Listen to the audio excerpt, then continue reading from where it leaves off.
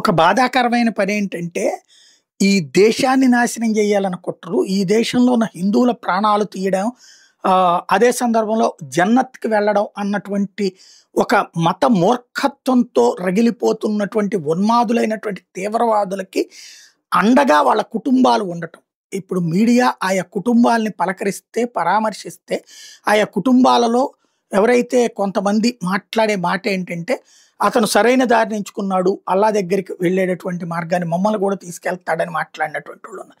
లేదా మా వాళ్ళని అన్యాయంగా కేసుల్లో ఇరికించారు అన్నటువంటి రూట్‌లో చెప్తున్నటువంటి వాళ్ళున్నారు. ఇప్పుడు ఆ యునానీ డాక్టర్‌ది ఉందంటే, అబ్బో! మా అన్నయ్య అసలు చాలా మంచోడు. అందరికీ సేవ చేస్తాడు. కరోనా టైంలో కూడా సేవలు చేశాడు. అతన్నెవరో ఇరికించుంటారు. అతని టెలిగ్రామ్ యాప్‌లోనే స్పష్టంగా కనబడుతోంది తీవ్రవాదులతో మిగతా వాళ్ళతో ఉండటం. ఇంకోటి అతను రెడ్ హ్యాండెడ్‌గా పట్టుబడినటువంటి పరిస్థితి. ఈవెన్ ఇప్పుడు ఈ దుర్మార్గాలు చేసినటువంటి డాక్టర్లకు సంబంధించినటువంటి కుటుంబాలు కూడా వాళ్ళు తప్పు చేశారని ఎవరు ఒప్పుకోవట్లేదు. పైగా అది చేయడంలో తప్పు లేదంటున్నారు. అంటే తద్వారా పశ్చాత్తాపం లేదు. అలాగే అనేక మంది వర్గానికి సంబంధించినటువంటి వాళ్ళు స్మైలీ ఫోటోస్ పెడుతున్నారు ఈ పేలుళ్ళ వెనకాల. అంటే ఇక్కడ హిందువులు చచ్చిపోవడాన్ని సంతోషంగా ఆస్వాదిస్తున్నారు. దాంట్లో ముస్లింలు కూడా చనిపోయారు.